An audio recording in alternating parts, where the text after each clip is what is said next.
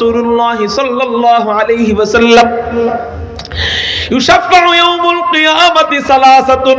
নবীজি বলেন হাসরের ময়দানে নবীজিকে সুপারিশের অনুমতি দেওয়ার পর তিন গ্রুপকে সুপারিশের অনুমতি দেওয়া হবে। কয় গ্রুপকে? চিৎকার দিয়ে বলেন। নবীজিকে সুপারিশের অনুমতি দেওয়ার পর আরো নতুন করে তিনটা গ্রুপকে সুপারিশের অনুমতি দেওয়া হবে। এক নাম্বার গ্রুপ হলো আল আম্বিয়া, নবীগণকে আল্লাহর পক্ষ থেকে সুপারিশের অনুমতি দেওয়া হবে। দুই নাম্বার গ্রুপ সুম্মাল উলামা, উলামায়ে কেরামদেরকে সুপারিশের অনুমতি দেওয়া হবে।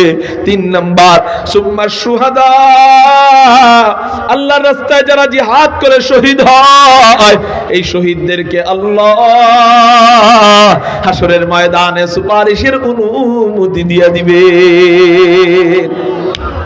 এই তিন গ্রুপের মধ্যে এক নাম্বার গ্রুপের নাম আল আম্বিয়া, আম্বিয়ায়ে কেরামগণ।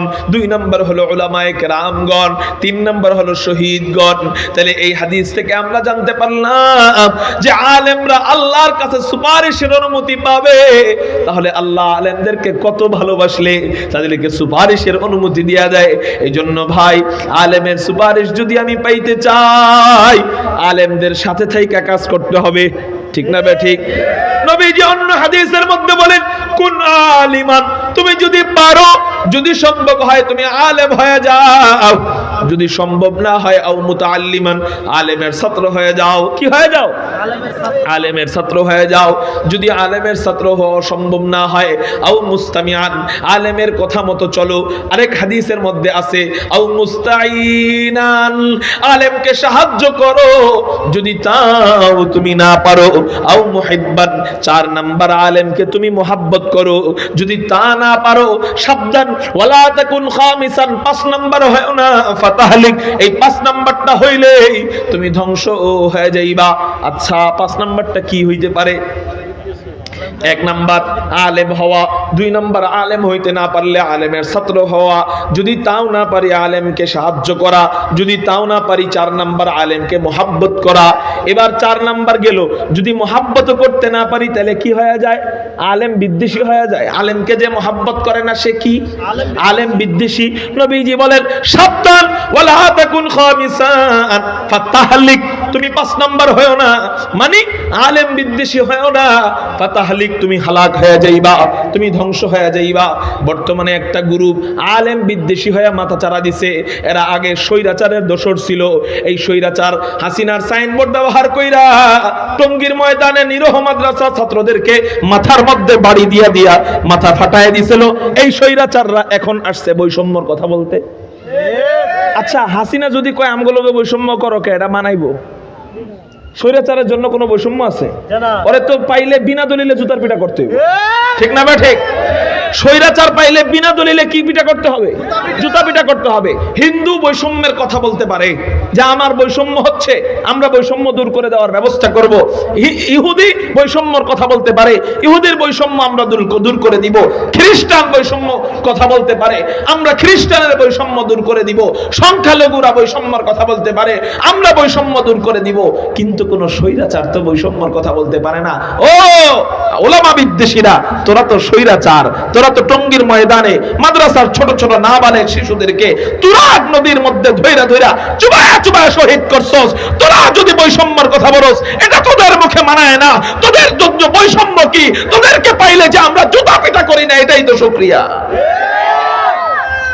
বৈষম্যর কথা বলবে ইসলামের শত্রুরা সাত পথের দুই গালে জুতা মারো তালে তালে, জুতা মারো তালে তালে, সাত পথের আস্তানা ভেঙে দাও, ভেঙে দাও, করিয়ে দাও সাত পথের আস্তানা। নারে তাকবীর। আমরা আলেমদের সাথে থেকে কি করব? দ্বীনের মেহনত করব। কি করব? আচ্ছা হুজুর, আপনারা সাদ সাহেবের বিরোধিতা করেন কে? উত্তর খেয়াল করেন।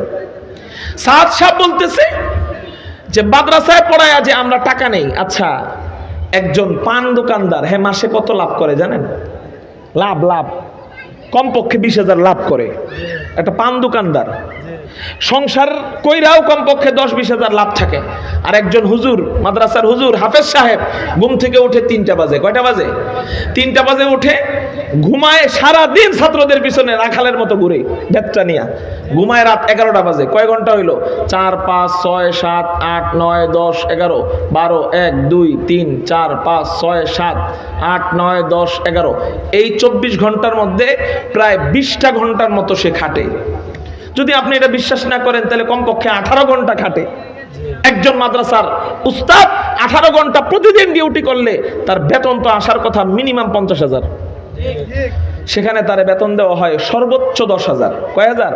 ঢাকার মেন প্রপারে যেই মাদ্রাসা ওগুলার কথা ভিন্ন, ওগুলা 20,000 15,000 দিতে পারে, কিন্তু বেশিরভাগ মাদ্রাসার হেফজখানা শিক্ষকদের বেতন 10,000। এটা গড়ে 10,000। আচ্ছা, 10,000 টাকা দিয়ে বর্তমান বাজার বললে কয়টা সংসার চলবে? কয়জনের খাবার চলবে? একজনের খাবারও তো 10,000 টাকা দিয়ে ভালো মতো চলে না, ঠিক না ভাই? ঠিক। এই 10,000 টাকা বেতন, এটা কি শৌখিনতা না প্রয়োজন? শৌখিনতার কারণে এটা নেয় না প্রয়োজনে নেয়? প্রয়োজনে নেয়। তো এইটা নেওয়ার কারণে ওই বেচারা তার দিনের খেদমত করতে পারতেছে, অথচ তারা বলতেছে যে বেশ্যা তার শরীর বিক্রি করে টাকা নেওয়া যেমন নাজায়েজ, ঠিক একজন আলেম কোরআন পড়ায়া এরকম টাকা নিলেও বেশ্যার মতো নাজায়েজ হবে। নাউজুবিল্লাহ। এই কথা যে বলে তার পক্ষে আমরা কেমনে কথা বলতে পারি? জোরে বলেন, এই কথা যে বলে তার পক্ষে আবার কেমনে বলতে পারি?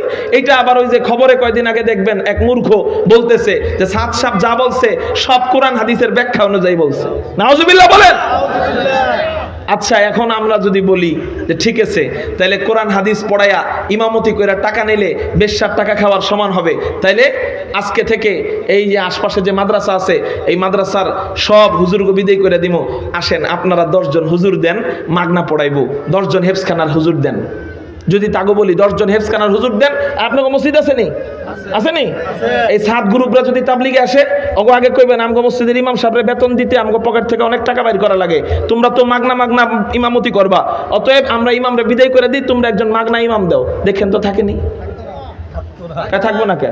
তোগো আমির রে তো তোরাই মানলি না। আমিরে কয় ক্যামেরাওয়ালা মোবাইল পকেটের মধ্যে নিয়ে নামাজ হইব না কেন? ক্যামেরাওয়ালা মোবাইলের ভিতরে ছবি থাকে। আচ্ছা, যদি কিছুক্ষণের জন্য তোমাদের কথা মেনেও নেওয়া হয়, এখন আসো ক্যামেরাওয়ালা মোবাইল বাদি দেই, তোমাকে পকেটে কি শেখ মুজিবের ছবি থাকে না? টাকার মধ্যে কিসের ছবি? ফেরেশতার ছবি। টাকার মধ্যে কিসের ছবি? শেখ মুজিবের ছবি। তো কোন সাদগুরুরে কখনো দেখছেন যে নামাজ পড়ার সময় এই যে এই টাকাটা সামনের দিকে থুয়ে এরপরে সরায় নামাজ পড়ছে? না, সবগুলোর পকেটে টাকা আছে। তাহলে ক্যামেরার মধ্যে, মোবাইলের মধ্যে ক্যামেরা ছবি থাকলে যদি নামাজ না হয়, তাহলে টাকার মধ্যে তো ডাইরেক্ট প্রিন্ট করা ছবি, এটা পরে নামাজ পড়লে নামাজ হয় কেমনে? এটা পকেটে থাকলে নামাজ হয় কেমনে? তাহলে সমাজের মধ্যে এগুলা ছড়াই দিতেছে হলো ইহুদি খ্রিস্টানের সুদূর প্রসারিত চিন্তা ভাবনা, রয়ের এজেন্ডারা কাজ করতেছে তাবলিগের ভিতরে আমাদের মাঝে ভাই ভাই ভেদাভেদ লাগানোর জন্য, ঠিক না ভাই?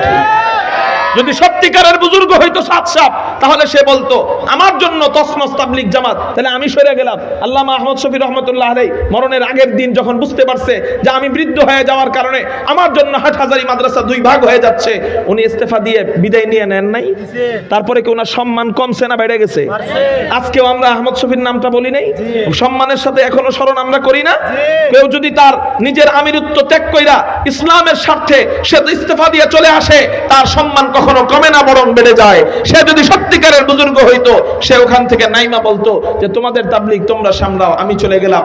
কিন্তু এই মানুষের জন্য আলেমদেরকে খুন পর্যন্ত করে, তারপরেও সে নামে না। হাসিনার থেকে সে কম কি? হাসিনার জন্য, হাসিনাকে নামানোর জন্য খুন হয়, সাত সাবরে নামানোর জন্য খুন হয়। তো হাসিনাও যেমন নামে না, তুমিও এরকম নামো না, তাহলে তো বিয়া দেওয়ার দরকার তোমাকে 2 জনরে। একই কোয়ালিটির ধর্মে আছো তোমরা। আল্লাহ আমাদেরকে হেফাজত করে পড়িয়া আমিন। আমরা